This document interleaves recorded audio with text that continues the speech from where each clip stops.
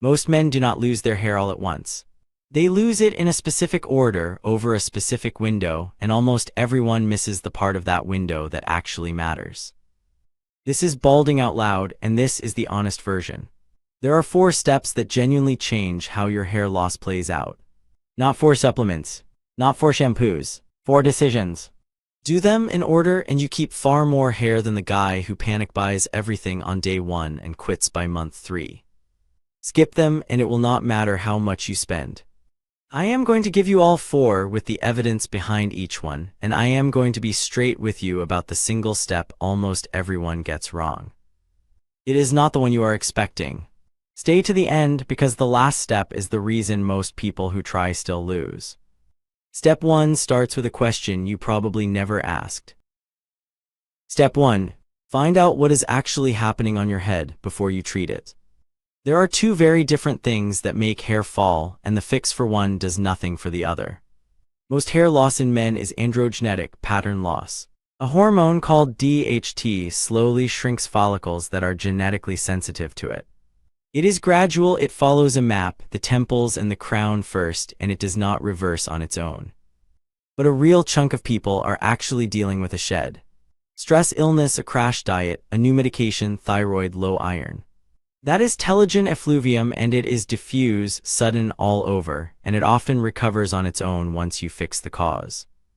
Here's why this is step 1. If you have a shed and you attack it like pattern balding, you waste months and money. If you have pattern balding and you wait for it to recover like a shed, you lose ground you never get back. So look at the pattern. Receding corners and a thinning crown, that is DHT. A sudden even thin out with handfuls in the shower, get your blood work done first. Know your enemy before you spend $1 fighting it. Step 2. If it is pattern loss, start early because the follicle has a clock. DHT does not kill a follicle overnight. It miniaturizes it. Each cycle the hair grows back a little finer, a little shorter, a little weaker, until one day it does not come back at all. The important part is this. For a long stretch of that process, the follicle is still alive. Shrinking but alive. And a living follicle can be pushed back the other way. That is the entire reason early matters. The treatments we have are far better at defending living follicles than at raising dead ones.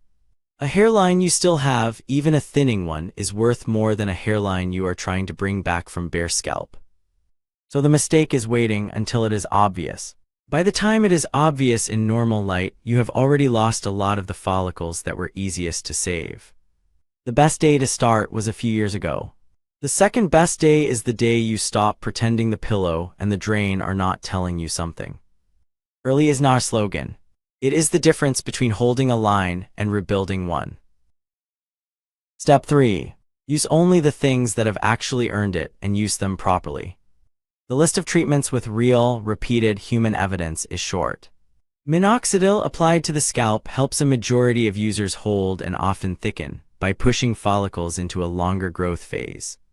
A DHT blocker, Finasteride being the most studied, attacks the actual cause, the hormone, and in trials it stops loss in most men and regrows in many. Those 2 together are the backbone. Almost everything else is a rounding error next to them. But here is the part the ads never say. These only work while you use them, and only if you use them long enough to judge. Minoxidil famously causes a shed in the first weeks. That is the drug resetting the cycle, not the drug failing. Quit there and you lock in the loss. Everything outside that backbone, the biotin gummies, the caffeine shampoo, the derma roller as a standalone cure, ranges from mildly helpful to pure theater. Some have a small supporting role. None replace the 2 that work. So do not build your routine out of the loudest products. Build it out of the proven ones and give them the 6 months they need before you decide anything.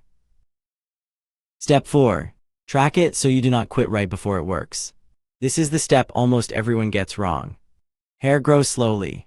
Your memory of your own hair is unreliable, and the mirror lies to you both ways. On a bad light morning, you will swear the treatment failed.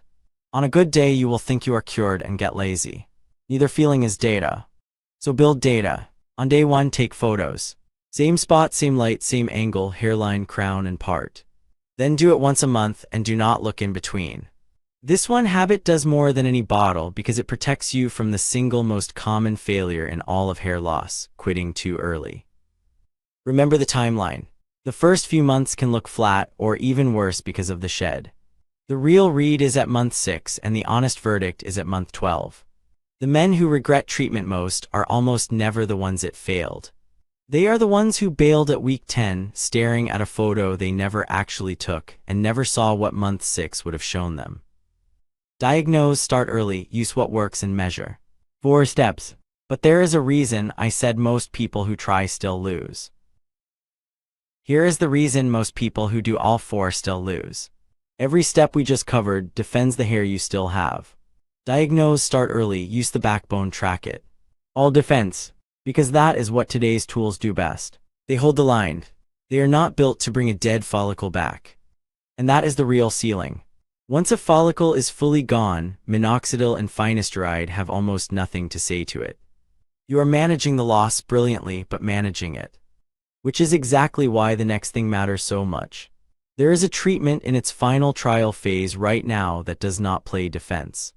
It aims to switch dormant follicles back on. The ones your scalp already shut down. In its first human trial, it regrew hair where the placebo did nothing at all. If it holds up, it does not just add a 5th step. It changes what the first 4 are even for. So here is the question to sit with. If a once-a-day drop could turn dead follicles back on, would you still start Minoxidil today or wait for the one that regrows? I made a whole video on that exact drug and it is right here. Watch it before you decide. Balding out loud. Hair loss science, no BS.